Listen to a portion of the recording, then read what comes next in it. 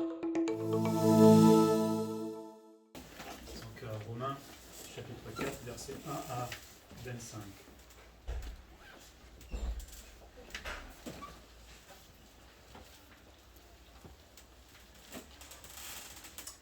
Verset 1, que dirons-nous donc qu'Abraham, notre père, selon la chair, a obtenu?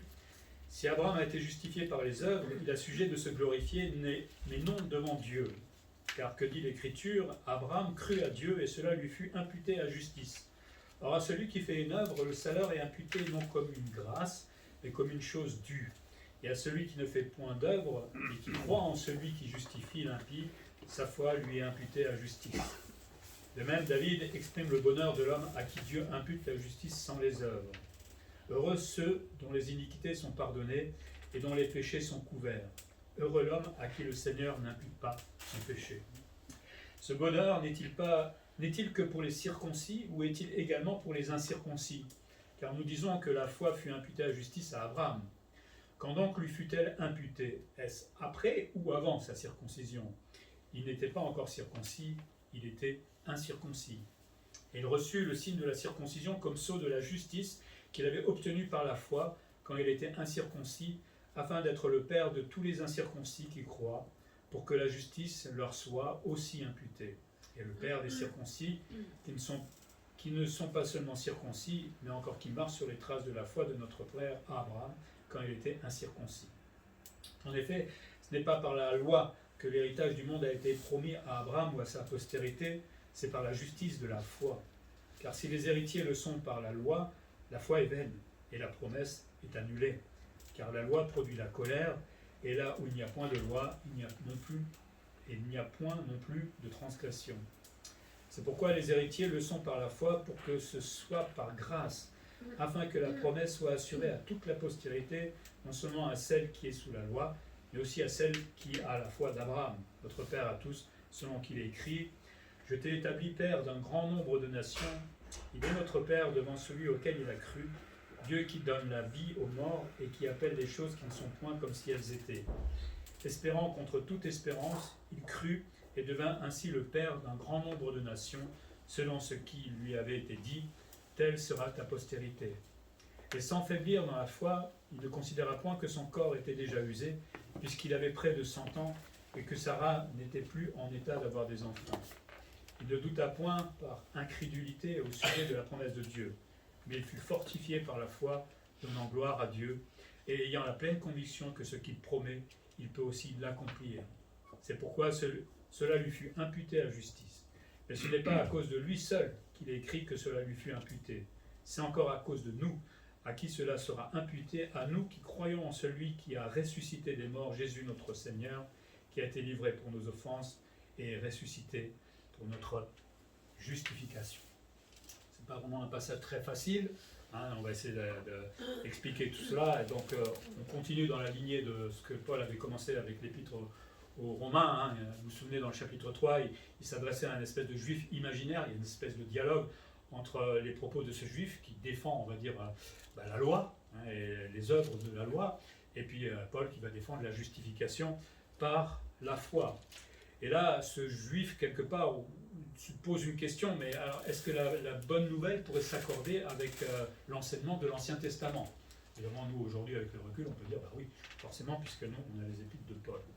Mais on voit là aussi, surtout, l'orgueil des Juifs, et combien de fois on le voit, parce qu'ils pensaient, eux, être le seul peuple juif, qui était sauvé, justifié.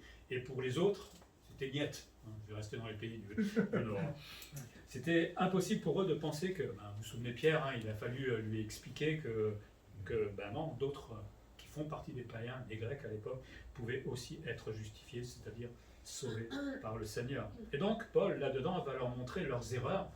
Paul, quand il défend la foi, il défend avec des arguments. Je pense que nous aussi, quand on va peut-être témoigner, il faut avoir des arguments pour pouvoir répondre à ceux qui disent des fois des erreurs, et il va leur montrer surtout, point par point, que finalement Jésus peut justifier tous les hommes, qu'ils soient juifs ou qu'ils ne le soient pas. Première chose, dans les 8 premiers versets, il va dire que la justification s'accomplit par la foi et non pas par la loi. Il va prendre en exemple 2 personnages connus pour les juifs. D'abord Abraham. Abraham, lui, avait vécu avant la loi. C'est important de le retenir. Par contre, David a vécu après la loi, après la promulgation de la loi. Abraham, lui, a été justifié avant d'être circoncis. Gardez ça en tête, c'est important. Par contre, David a été justifié après avoir été circoncis. Tu vas prendre deux personnes qui étaient dans deux positions différentes, et le point central, c'est la circoncision, tout simplement. Et donc, Paul veut montrer là aux Juifs que les deux ont été justifiés devant lui, devant Dieu. Et il n'y a aucun lien en fait avec la circoncision, parce que pour le Juif, quand il était circoncis, pour lui, il était justifié. Comme il était juif, il faisait partie du peuple de Dieu. Là, déjà, Paul commence très fort, il dit, ça n'a rien à voir, la circoncision. Il va l'expliquer après. Et il va parler de la justification d'Abraham, notre père. Donc quand il dit Abraham, notre père, c'est le père des Juifs. Le Juif, il est fier d'avoir Abraham comme père. Et on rejoint ce qu'on avait vu dans le chapitre 3, c'est que justement, il y a de nouveau ce Juif un peu imaginaire qui va dialoguer de nouveau avec l'apôtre Paul. Si Abraham avait été justifié par les œuvres, éventuellement, c'est un salut en fait qu'il aurait obtenu par la chair, par les œuvres, comme la religion aujourd'hui. On essaie de faire des choses pour obtenir le salut. Et comme dit Paul, si c'était le cas, éventuellement, il peut se glorifier de ses œuvres, mais il ne pourra jamais se glorifier devant Dieu. Et surtout, il n'est pas sauvé. Si vous faites des choses pour pouvoir être sauvé sans passer par la grâce, vous pouvez tout faire, vous ne serez jamais sauvé. Vous pouvez vous glorifier vous-même, comme beaucoup de religieux, mais Dieu ne dira pas bravo. Il n'acquiescera pas parce que ce n'était pas son plan à lui de salut. La Bible dit en Genèse 15, 6, Abraham eut confiance en l'Éternel qui le lui imputa à justice. Il a eu confiance dans le Seigneur. Il a obéi à ce que Dieu lui a dit. Il a cru tout simplement à Dieu. Et donc Abraham, Paul montre qu'il a placé toute sa foi en Dieu. Vous savez, souvent on dit « je crois en Dieu », mais croire ne suffit pas. Il faut obéir à ce que je crois. Si je crois que Dieu me dit que je risque d'être perdu si je ne suis pas sauvé, et si je ne le fais pas, si je ne me repens pas, ça ne sert à rien de croire, finalement. Mais Abraham lui crut Dieu et il a agi. On va voir ça au fur et à mesure. Il a placé sa foi en lui. Et on voit que la foi doit être obéissante. C'est une chose de croire, c'est une autre chose d'obéir à ce que le Seigneur me demande. Et Paul dit donc que cette foi lui a été imputée à justice, c'est-à-dire on a mis au compte d'eux. Et quelque part, on peut dire qu'il a été justifié, déclaré juste devant le Seigneur. Alors si vous connaissez bien votre Bible par cœur, dans Jacques 2, 24, il est dit, une espèce de contradiction, Abraham, notre père, ne fut-il pas justifié par les œuvres lorsqu'il offrit son fils Isaac sur l'autel? On a l'impression qu'il y a une contradiction. D'abord, Paul dit qu'il a été justifié par la grâce, on va dire, et là, Jacques nous dit que non, il a été justifié par les œuvres. En fait, il faut comprendre qu'il y a un petit laps de temps entre les deux. En Genèse 15, 6, Abraham a été justifié parce qu'il a cru dans la promesse de Dieu. Par contre, dans Jacques, c'est 30 ans plus tard. Donc, le Seigneur va lui demander son fils en holocauste. J'espère que ça ne vous arrivera jamais. Mais là, en fait, ce qu'il a simplement démontré, par ses œuvres, comme dit Jacques, c'est qu'il avait vraiment, cru en Dieu, obéi à Dieu. Il était déjà sauvé, mais il a démontré sa foi tout simplement par les œuvres. Jacques 2, 18 nous dit aussi, on comprend mieux, mais quelqu'un dira, toi tu as la foi, et moi j'ai les œuvres.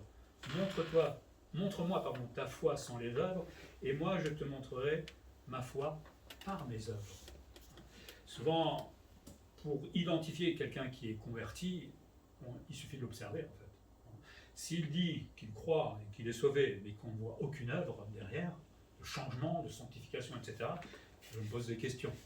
Mais quelqu'un comme Abraham, qui a vraiment cru en Dieu, qui était justifié, sauvé, quand Dieu l'a mis à l'épreuve, il a démontré qu'il était vraiment sauvé, justement, parce qu'il a fait confiance pleinement en offrant son fils quand même. Enfin, il allait l'offrir. Je ne sais pas si vous êtes déjà passé par ce genre d'épreuve. C'est terrible quand on y réfléchit, mais ça démontre la foi qu'il avait en Dieu.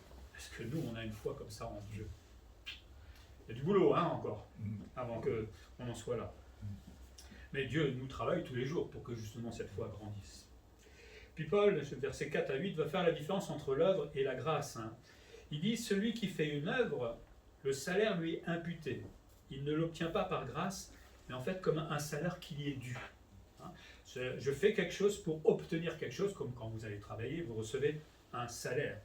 Il travaille donc pour obtenir quelque chose par lui-même. Alors que la grâce, elle, c'est un cadeau que je reçois gratuitement. Il faut évidemment saisir ce cadeau, mais je le reçois gratuitement. Alors je ne sais pas si vous connaissez un peu le débat calviniste, ça vous parle? Non? Je vais résumer, mais en fait les calvinistes disent que Dieu a élu certaines personnes et il n'y a qu'eux qui vont être sauvés. Calvin disait aussi que les autres, il les a élus pour être perdus. Je ne suis pas d'accord du tout avec ça, évidemment. Mais là, il y a un argument contre ce qu'ils disent. En fait, les calvinistes parlent d'une grâce irrésistible, c'est-à-dire qu'à un moment, le Seigneur vous tombe dessus, je résume, et vous n'avez pas le choix que d'accepter, en fait, et vous êtes sauvé. Et vous faites partie, en fait, des élus. Et pour le calviniste, le problème, c'est de se dire que dans le salut, on ne fait absolument rien. C'est Dieu qui opère absolument tout. Et là, je suis tout à fait d'accord, c'est Dieu qui fait absolument tout. Nous, on ne pense même pas un jour être sauvés. Mais il y a un problème. C'est que dans 1 Timothée 2,4, il est dit que Dieu veut que tous soient sauvés. C'est-à-dire qu'il va aborder tout le monde à un moment. Il dit là, quelque part, c'est que le pécheur, moi, avant, j'avais une réponse à apporter à l'ordre, moi j'aime bien dire l'ordre de salut de Dieu, parce que Dieu n'a jamais proposé aux hommes, vous voulez bien être sauvés ou pas. Il a dit, sois sauvés. Il veut que tous soient sauvés. C'est un ordre, comme vous vous souvenez, dans le Jardin d'Éden, il a dit à Adam, il n'a pas dit, si tu veux bien ne pas pécher, enfin ne pas manger du fruit de l'arbre de vie, il a donné un ordre. Il n'a pas donné d'autres optiques. Et dans le salut, je pense que le cœur de Dieu, c'est de dire la même chose. Soyez sauvés, par pitié, soyez sauvés, vous ne savez pas ce que vous risquez. L'enfer, évidemment. Paul lui-même disait dans Romains 1,5, c'est qu'il voulait amener les païens à l'obéissance de la foi. Il faut obéir à la foi. Donc il faut obéir à ce qu'on croit, et ce qu'on croit vient de la parole de Dieu. La Bible nous dit aussi que le Saint-Esprit convainc le monde de péché, de justice et de jugement. Donc il va placer le pécheur dans une situation, à un moment de sa vie peut-être, où il va être convaincu que Dieu existe, qu'il est condamné, et donc c'est à ce moment-là souvent que Dieu va donner cet ordre, sois sauvé. Vous l'avez eu et vous avez obéi en fait à cet ordre. Donc j'ai envie de dire que quand on accepte Jésus-Christ dans notre vie, on obéit simplement à ce qu'il nous demande, c'est d'être sauvé. Alors, le problème, c'est que c'est la réponse du pécheur pour les calvinistes, c'est une œuvre. Si vous répondez à Dieu, pour eux, c'est une œuvre. Et donc, on n'est pas sauvé par les œuvres. Je suis d'accord avec eux, mais la question maintenant, c'est de savoir, est-ce que quand j'obéis à Dieu, c'est une œuvre? Et bien là, justement, Paul nous répond que non. Parce que l'obéissance d'Abraham à l'appel et à l'ordre de Dieu d'être sauvé, j'ai envie de dire, lui a été imputée à justice. Vous comprenez l'idée? Donc, quand j'obéis à Dieu d'être sauvé, je ne produis pas d'œuvre et je reste toujours sauvé, en fait, par grâce. Parce que si c'était une œuvre, ça serait mon salaire et ça ne serait pas le salut, quelque part. Donc, dans l'appel au salut, Dieu ne laisse pas le choix, il ordonne, et là je dis, j'aime pas le mot ordonner, mais c'est ça, en fait. Il ordonne, mais dans son amour infini, pitié, obéis à la grâce, accepte-la dans ton cœur, parce que tu ne sais pas ce qui t'attend. Donc l'homme doit répondre à l'appel du salut, mais en fait sa réponse c'est simplement d'obéir, désobéir. Et c'est là où je vois que l'homme justement est beaucoup plus condamnable, parce que quand on vous a placé dans une situation telle où vous êtes capable d'obéir au Seigneur, parce que c'est lui qui nous donne la capacité, et que vous refusez, c'est qu'on est sacrément rebelle quand même. Et c'est bien triste. Donc la grâce, pour moi, elle n'est pas irrésistible, on a une réponse. Mais bon, si vous voulez en discuter tout à l'heure avec moi, on en parlera plus. Mais Paul donne un bon argument là. Celui qui ne fait pas d'œuvre, mais qui croit en celui qui justifie le pécheur, c'est quelqu'un qui reconnaît qu'il ne peut absolument rien faire face à son péché. Il reconnaît que ses œuvres ne sont pas bonnes, ou du moins ne sont pas suffisamment satisfaisantes pour Dieu. On va pas plus simple. On ne peut rien faire en fait. Cet homme dit qu'il a besoin de salut, mais il sait qu'il ne peut rien faire en fait. Et il a besoin d'être justifié parce qu'il sait que l'homme n'est pas juste. Et c'est sa foi justement, de croire en Dieu, qui va imputer cette foi à justice. Parce qu'il croit dans l'œuvre de Jésus-Christ qu'il peut être sauvé. À un moment, Paul emploie le psaume 32.1 en parlant de David. Il dit, David a un cantique, « Heureux celui à qui la transgression est remise. » Heureux. À qui le péché est pardonné. Heureux l'homme à qui l'homme n'impute pas l'iniquité et dans l'esprit duquel il n'y a point de faute.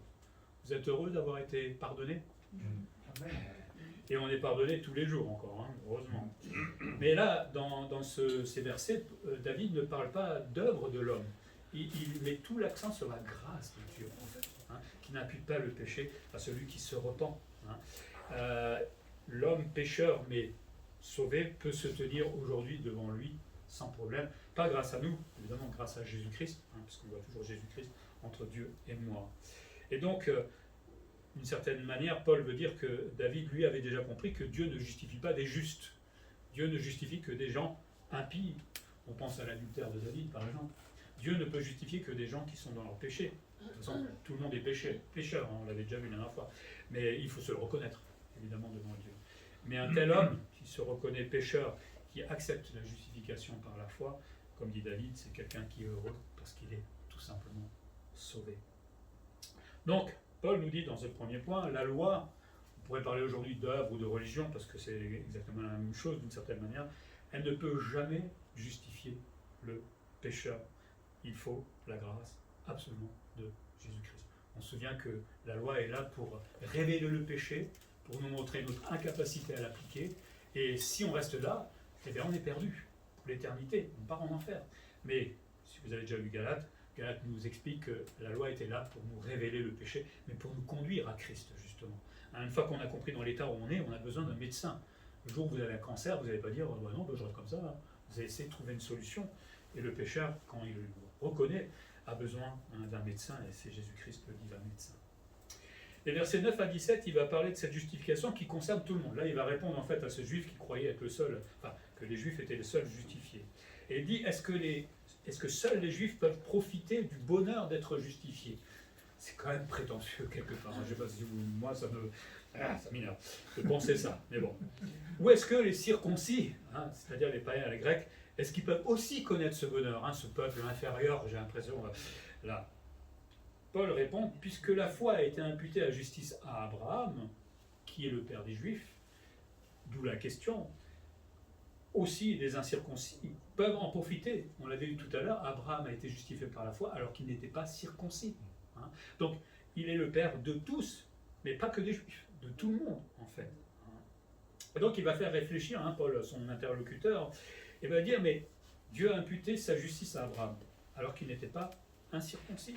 Là, déjà, pour le juif, ça commence à faire tilt, il doit se dire, mais il y a un problème là, déjà, on est en train de me piéger. Si le père d'Israël a été justifié alors qu'il était incirconcis, ben de la même manière, nous, païens, qui ne sommes pas circoncis, nous pouvons être justifiés aussi par la foi. Vous me suivez? C'est pas évident, hein, je sais, mais l'argument est excellent. Et Paul démontre que l'imputation de la justice, c'est-à-dire le fait d'être sauvé, ben, ça ne concerne pas que ceux qui sont circoncis, c'est-à-dire les juifs. Ça concerne tout le monde, à partir du moment qu'on place sa foi, évidemment, en Jésus-Christ et qu'on se repent. Il faut bien comprendre que la circoncision avait un autre rôle. Quelqu'un écrivait, la circoncision constituait non seulement un signe, mais aussi un sceau, celui de la justice obtenue par la foi quand Abraham était incirconcis. Un signe indique l'existence de ce qu'il signifie, un sceau certifie ou garantit l'authenticité de ce qu'il signifie. La circoncision confirma à Abraham le fait que Dieu le considérait et le traitait comme déjà justifié par la foi. Il a eu cette circoncision, ce signe de l'alliance dans sa chair, mais il a déjà été justifié avant. Donc ce n'est pas la circoncision qui justifie. Vous comprenez l'idée? Donc là, le pauvre juif qui commençait, à mon avis, il ne le croyait même pas, à mon avis, mais donc Paul leur dit, la circoncision, c'est rien en fait. C'est juste la garantie de la justification, c'est une preuve que ça a été fait, tout simplement. Et là, le juif aurait dû comprendre qu'il s'abusait tout simplement. Hein. L'orgueil national, l'orgueil de la circoncision, ben non, on l'avait vu dans le chapitre 2, ça ne sert à rien d'être circoncis. C'est une marque, c'est tout. Mais c'est le cœur qui a besoin d'être circoncis. C'est ce cœur qui a besoin de se repentir devant le Seigneur. Un jour, quand Jésus va revenir, hein, nous dit Zacharie, beaucoup de Juifs font reconnaître Jésus-Christ et ils s'en ficheront de la circoncision, mais c'est leur cœur qui va être circoncis ce jour. Ça va être un choc de voir celui qu'on a crucifié, j'imagine. Et donc Paul dit, Abraham est donc le père de tous, pas que des Juifs, puisque l'alliance avec Dieu avait eu lieu avant sa circoncision. Donc, il résume, il dit, Abraham est donc le père des incirconcis qui croient, et qui vont donc être justifiés par la foi. Et puis il reprend, Abraham est le père des circoncis aussi, afin qu'ils soient également justifiés par la foi. Pour faire partie du peuple de Dieu, qu'on soit juif ou païen ou je ne sais pas quoi, il faut d'abord être justifié par la foi. La foi vient de ce qu'on entend, et ce qu'on entend vient de la parole de Dieu. Donc l'important pour Paul, ce n'est pas la marque dans la chair. Et il dit, mais c'est de marcher avec la même foi qu'avait Abraham. Déjà, quand j'essaie de réfléchir d'avoir la même foi qu'Abraham, moi, vous avez la même foi qu'Abraham, vous? Comment ça, vous n'avez pas la même foi? Ça va venir, ça va venir. Mais il dit à ce juif-là, arrête d'être fier de ta circoncision, d'être juif, montre-moi que tu es vraiment sauvé. Marche comme Abraham. Alors là, les juifs, ils devaient commencer à... Qu'est-ce qu'il me raconte là? Imite la foi d'Abraham au quotidien. Et c'est là où tu vas me démontrer que tu es justifié. Jésus lui-même dira dans Jean 8, 37 à 39, je le résume, hein, je sais que vous êtes la postérité d'Abraham, il continue, lui répondirent, notre père c'est Abraham. Jésus leur dit, si vous étiez enfant d'Abraham, vous feriez les œuvres d'Abraham. Et on sait que les Juifs faisaient carrément le contraire, hélas, puisqu'ils continuaient à vivre par les œuvres et non par la foi comme Abraham. Donc un vrai fils d'Abraham se voit par les œuvres qu'ils accomplissent. On pourrait dire que nous sommes filles et filles, parce que nous sommes sauvés, parce que nous marchons selon le Seigneur, et on pourrait appeler fils et fils d'Abraham. Donc le circoncis qui croit au Seigneur Jésus-Christ, donc le juif, hein, c'est pas lui qui forme le peuple de Dieu, c'est pas le juif, c'est tous ceux qui croient. Dans Galates 3, 16, il est dit « Or les promesses ont été faites à Abraham et à sa descendance. » Il n'est pas dit « et aux descendances », comme parlant des Juifs en tant que nation, comme s'il s'agissait de plusieurs, mais comme s'il s'agit d'une seule, et cette descendance, c'est Jésus-Christ. Tous ceux qui appartiennent à Jésus-Christ font partie de cette descendance d'Abraham. Et là, pour le Juif, ça devait lui faire un petit coup dans le cœur. Lui qui pensait être le seul descendant d'Abraham, circoncis, etc., là, il est en train de dire que tous ceux qui croient en Jésus-Christ sont la vraie descendance d'Abraham. Ce n'est pas une nation, en fait, la descendance d'Abraham. Même s'il y a un peuple quelque part. Mais la vraie descendance, c'est tout simplement d'être du peuple de Dieu. Et là, mon pauvre juif, à mon avis, il était au bord d'évanouir, parce que là, il était à l'opposé de ce que Dieu pensait, en fait. Et il dit, Paul, les héritiers d'Abraham le sont par la foi et non par la loi. La promesse qui a été faite à Abraham ne vient donc pas de la loi, parce que le juif, lui, il croyait être béni par la loi. Hein. Nous avons la loi, nous avons les sacrifices. Et pour eux, ils pensaient que les autres, donc les païens, étaient maudits. Hein. Il est dit dans Jean 7, les pharisiens lui répliquèrent à Jésus, je crois, est-ce que vous aussi, vous êtes séduits, hein? Y a-t-il quelqu'un des chefs ou des pharisiens qui ait cru en lui, donc en Jésus, hein, ils reprennent parce qu'ils croient en Jésus. Mais cette foule qui ne connaît pas la loi, donc il s'adressait à ceux qui ne sont pas juifs, ce sont des maudits. Vous vous rendez compte ce qu'ils disaient, les pharisiens? Ils considéraient tous les gens qui n'étaient pas juifs ou circoncis comme des gens maudits. C'est grave quand même de dire ça. Alors que Paul est en train de les reprendre en disant, mais faites gaffe, c'est vous qui êtes maudits quelque part. Hein. Ils croyaient être les seuls bénis, mais Paul est en train de reprendre cette idée, hein, la postérité d'Abraham, l'héritage, tout ça vient par Abraham, mais ça a été fait par la justification, par la foi. Si les héritiers d'Abraham le sont par la loi, Paul dit, ben, à ce moment-là, la foi est vaine et la promesse est anéantie. Hein. Parce que si on devait marcher par la loi, et que la promesse de Dieu devait s'accomplir par notre obéissance à la loi, vous connaissez l'histoire d'Israël, ils ont réussi, et ils n'y arrivent toujours pas aujourd'hui. Alors on va pas jeter la pierre parce que l'Église, c'est à peu près la même chose qui va arriver au fur et à mesure, mais si l'héritage de nous venait par la loi, en fait ça n'arrivera jamais puisque l'homme est incapable d'obéir tout simplement à la loi. Ça c'est un argument de poids aussi pour le juif à ce moment-là. Parce que la foi, s'oppose à la loi. La foi, ça implique simplement de croire en Jésus-Christ. On place sa foi en lui. Tandis que la loi implique d'accomplir des choses pour arriver à. Hein. Alors, c'est plus simple des fois de faire des choses parce que c'est nous qui le faisons, c'est nous qui gérons la situation, que croire simplement et se dire, mais je crois et que Dieu me sauve. C'est vrai que c'est bizarre. Et pourtant, c'est comme ça que la Bible nous demande de le faire. Aussi, la promesse faite à Abraham, si on devait être sous la loi, quelque part, conditionnel, comme j'ai dit. Hein. Nul ne saurait l'accomplir, puisque nul n'a pu accomplir la loi. Mais dans ce cas-là, la promesse qui a été faite à Abraham, on parle d'une promesse conditionnelle, à condition que l'homme fasse quelque chose. Évidemment, ce n'est pas ce que Paul veut dire là. Il dit aussi, et on l'a vu ça dans le chapitre 3, car la loi, il dit, produit la colère de Dieu. La loi produit la colère de Dieu parce qu'elle révèle notre péché. Et Dieu est en colère contre le pécheur. Et sans loi, nul ne révèle le péché, qui conduit à la grâce. Si on n'avait pas la loi, on ne saurait pas qu'on est pécheur, et donc on vivrait tranquillement les mains dans les poches, et on n'aurait jamais besoin de la grâce. Si j'ai le péché qui est révélé, je me dis j'ai besoin d'un sauveur. Vous comprenez l'idée? Alors, heureusement qu'on a aussi la loi, quelque part, qui nous permet d'être conduits jusqu'à la grâce. Paul dit que les héritiers d'Abraham le sont donc uniquement par la foi. Ceci afin que le salut soit que par grâce. Et ça ne dépendra pas de nos œuvres. Je dis souvent, imaginez que ça dépendait des œuvres, on serait au paradis aujourd'hui, et moi je dirais à Pierre, moi j'ai fait plus d'œuvres que toi. Non, c'est peut-être l'inverse, parce que vous avez quand même la mission, c'est peut-être plus dur que ce que je fais. Hein. Et on serait là deux orgueilleux en train de se dire, dans le paradis, hein, regardez, moi c'est pas... Ça serait moche comme paradis. Hein. Ça serait moche. Heureusement qu'on est tous au même niveau devant la croix, et en fait, on est humble, on ne peut être que humble, pas comme ce juif à ce moment-là. Mais nous, on dit qu'on est humble parce que ça ne dépend pas de nous, mais ça dépend uniquement de Dieu. Et pour que la promesse soit assurée pour tous, hein, ça ne dépendra pas des œuvres, comme on l'a dit, parce que c'est impossible. Donc, l'alliance que Dieu avait faite avec Abraham était inconditionnelle. À l'époque, quand on faisait une alliance, hein, on coupait un animal en deux, on mettait les morceaux sur une petite ligne comme cela, et les deux parties qui traitaient alliance devaient passer l'un après l'autre entre les deux rangées de morceaux de viande. D'accord ? Pour Abraham, ça ne s'est pas fait de cette manière-là, il n'y a que Dieu qui est passé là, au travers. Lui, il dormait à ce moment-là. Et ça, c'est tout simplement pour dire que toutes les promesses qui ont été faites à Abraham, tant peuple, tant terre et Israël, etc., c'était une promesse inconditionnelle, dans le sens où ça ne dépendait pas de la capacité de l'homme de faire quelque chose et d'obéir à Dieu, mais ça dépendait seulement de ce que Dieu voulait et promettait. Vous savez, la terre promise n'a pas été conquise complètement. Hein. C'est pendant le millénium qu'on va enfin voir la vraie taille d'Israël.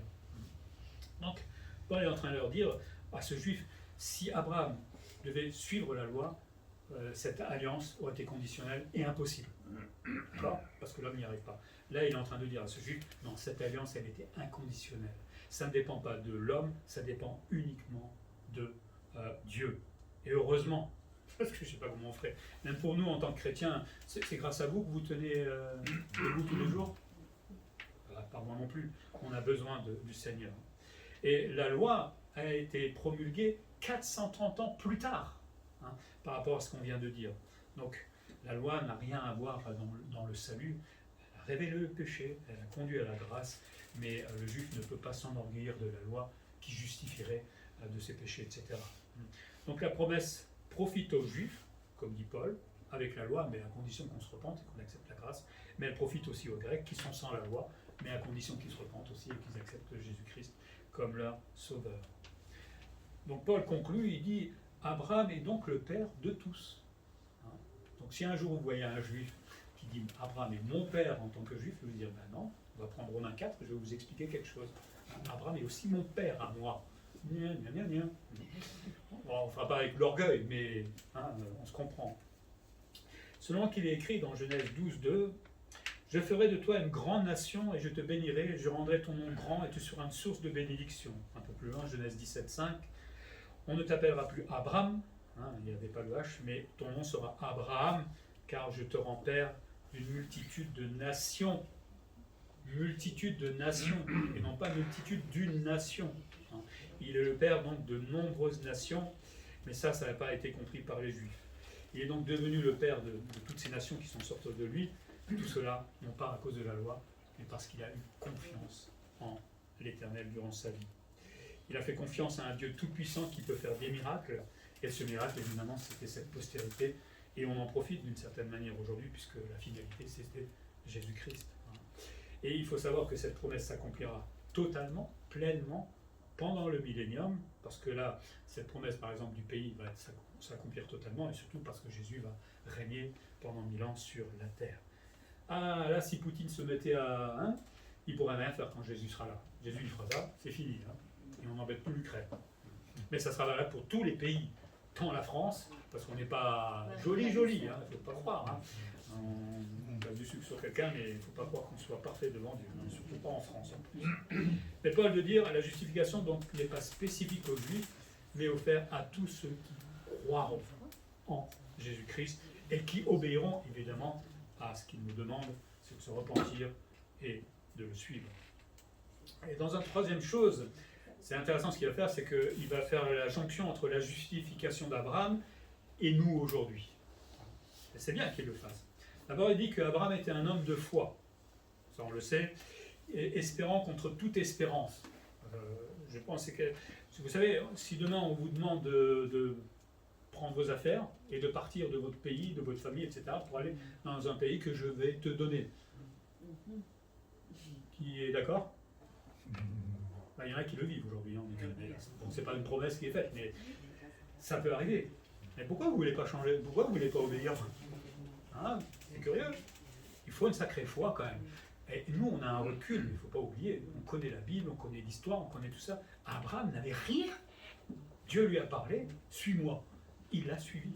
C'est étonnant quand même. Hein. C'est une foi impressionnante qu'Abraham avait. On a vu que Dieu l'a aidé aussi, il ne faut pas oublier. Mais cette foi l'a conduit et conduit Dieu à le bénir, pas à cause de l'obéissance de la loi, qui n'était pas encore là, mais à cause de sa foi. C'est comme ça qu'il est devenu le père de nombreuses nations, comme il écrit, telle sera ta postérité.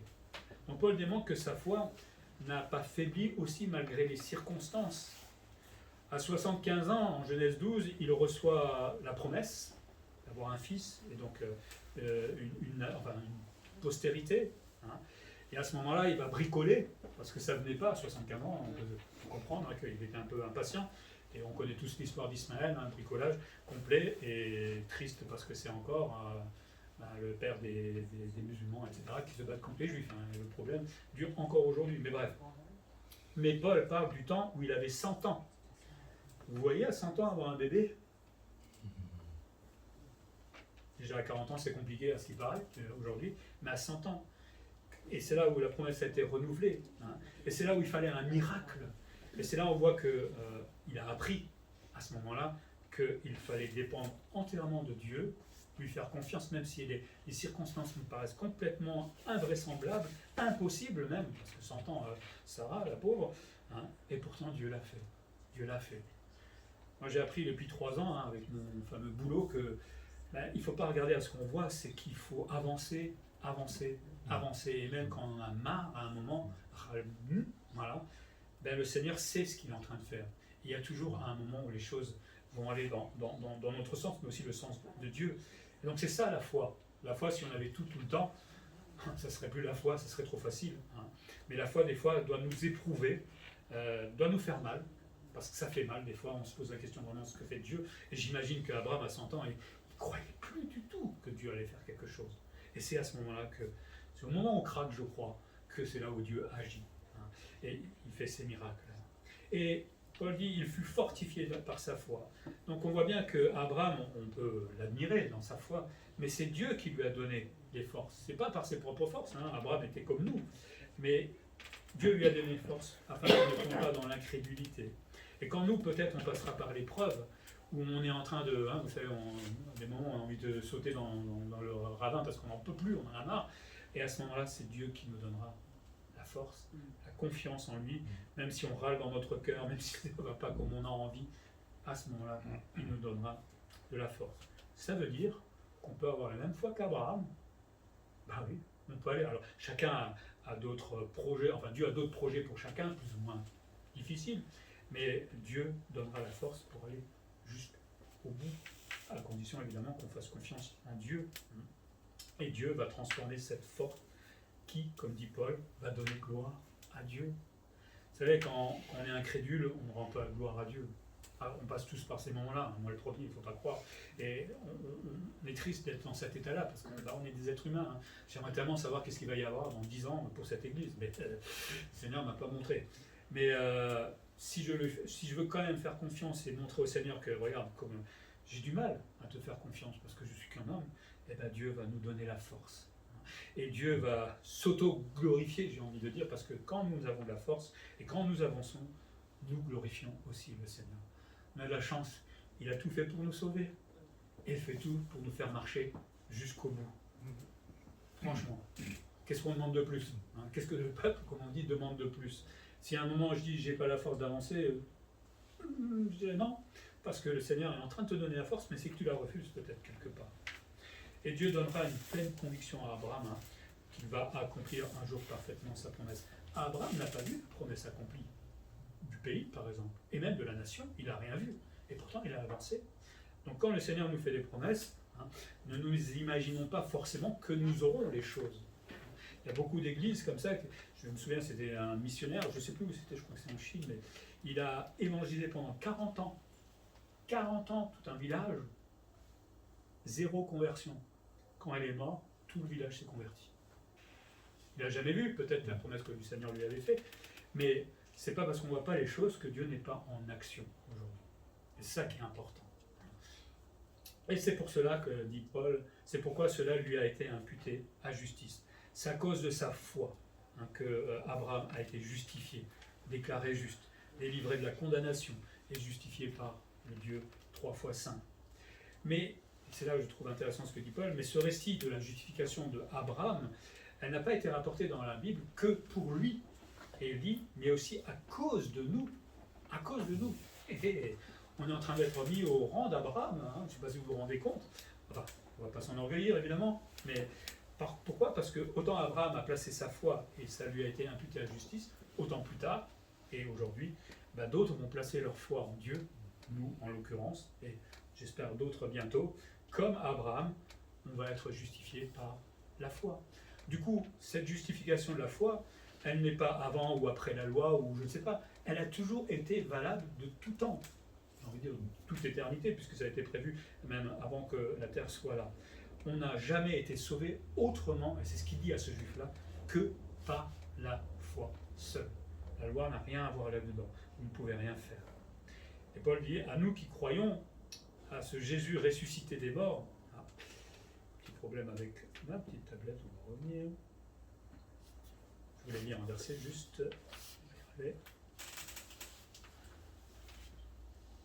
Verset. Non. Voilà. Quelqu'un a écrit, Abraham fut appelé à croire en une promesse. D'accord? À l'époque, il ne connaissait rien de la Bible. Alors que nous avons le privilège de croire à un fait qui est accompli. C'est plus simple, quand même. Et encore, il semblerait que non. Il fut, Abraham, appelé à attendre un événement à venir, tandis que nous regardons à un événement passé. Il y a une rédemption qui a été accomplie, attestée par la résurrection et la glorification du Sauveur, qui est aujourd'hui assis à la droite de la majesté divine dans les lieux très hauts. Donc, c'est quand même une grande différence entre Abraham qui avait une foi qui ne connaissait rien du tout, sans acquis, j'ai envie de dire, et nous aujourd'hui qui avons une expérience de cette foi-là par Abraham, par Israël, par les apôtres, etc. Alors j'ai envie de dire, c'est un peu plus simple d'avoir la foi aujourd'hui, je ne crois pas forcément, mais quand même, on a l'expérience. Et ça, c'est ce que veut nous dire Paul. Nous croyons en ce Jésus-Christ qui est ressuscité pour nos péchés, mais aussi pour les enlever, et en plus, il est ressuscité pour notre justification. En d'autres termes, j'ai envie de dire que nous sommes des sacrés privilégiés par rapport à Abraham. Vous préférez aujourd'hui ou être à la place d'Abraham? Moi, je préfère aujourd'hui, honnêtement, largement. Donc, pour terminer, Paul vient de donner une crise cardiaque, je pense à ce juif. Bon, il est imaginaire, mais évidemment, c'était la pensée des juifs à ce moment-là. Les juifs qui étaient pleins d'orgueil, qui pensaient être sauvés par leurs œuvres, ou justifiés par Dieu par leurs œuvres, ou simplement par le fait d'être de la nation juive. Eh bien, non, c'est pas ça que dit la Bible. Paul leur a prouvé leur erreur. Et surtout, et là ça a dû faire très mal à ce cœur juif, c'est que Abraham est le père de tous, de toutes les nations, en tout cas de tous ceux qui sont justifiés avant circoncision, après ils sont fils de la circoncision, et c'est tous ceux qui placent leur foi qui sont justifiés par le Seigneur. Pour nous aujourd'hui, qu'est-ce qu'on pourra en tirer? Simplement de nous réjouir que le salut ne dépend pas de nos œuvres. Je ne sais pas si vous auriez dû essayer de vous sauver par l'obéissance à cette loi. Pensez que vous seriez capable? On ne voit pas. Ou même s'il n'y avait même pas que la loi, mais que Dieu nous aurait juste laissé les 10 commandements, on n'y arriverait même pas. On n'y arriverait pas. Convoitise et autre chose. On convoite tous à un moment, il ne faut pas croire. On n'y arriverait pas en fait. Moi je remercie le Seigneur qu'on n'ait pas à travailler pour notre salut, mais qu'on l'ait eu gratuitement, et encore, comme je parle gratuitement, dans la douleur pour le Seigneur, mais par grâce, par pure grâce, par cadeau immérité de la part de notre Dieu. Et un jour, aujourd'hui nous sommes délivrés de nos péchés, par la foi évidemment, on essaie de marcher dans cette vie de sanctification autant On peut, mais devant Dieu, nous sommes déclarés justes. Il n'y a plus personne qui peut, comme je dis souvent, moi j'ai été déclaré juste, mon diplôme il est à côté du trône de Dieu et personne n'a la main assez longue pour aller l'arracher. Une fois que je suis sauvé, je ne crois pas à la perte du salut, je suis sauvé. Et personne ne pourra revenir là-dessus. Et un jour, nous allons être glorifiés. Non pas pour le mériter, mais à cause de Jésus-Christ. Vous voyez, être honoré par Dieu. Moi, je me fais double dire à ce moment-là. Je ne mérite absolument rien du tout quand je vois ce que je suis. Mais le Seigneur se fera un plaisir de nous glorifier grâce à son Fils Jésus-Christ. Donc la grâce est un pur cadeau immérité, afin que nous glorifions éternellement notre Dieu. Chaque fois que vous pensez à votre salut, glorifiez le Seigneur et remerciez-le pour cela. Et le remercier vraiment, comme on l'a vu dans Jacques, les œuvres, on n'est pas sauvé par les œuvres, mais on démontre notre foi par nos œuvres. Notre façon de vivre, nos prières, notre volonté d'apprendre à connaître plus la parole de Dieu, l'étudier, le service, etc., etc. Et c'est quand on agit comme cela que le Seigneur est vraiment glorifié. Prions.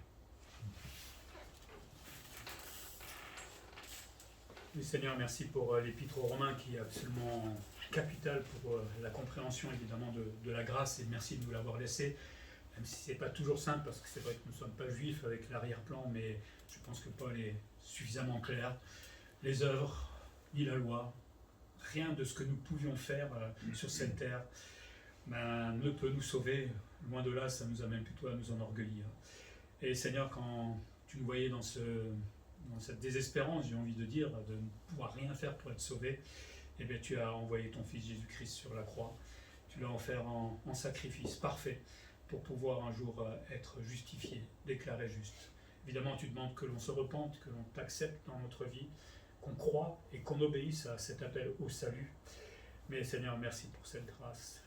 Nous voyons ce monde, comme notre frère disait tout à l'heure, peut-être qui s'interroge aujourd'hui face à des menaces, collègues de travail, famille peut-être, voisins.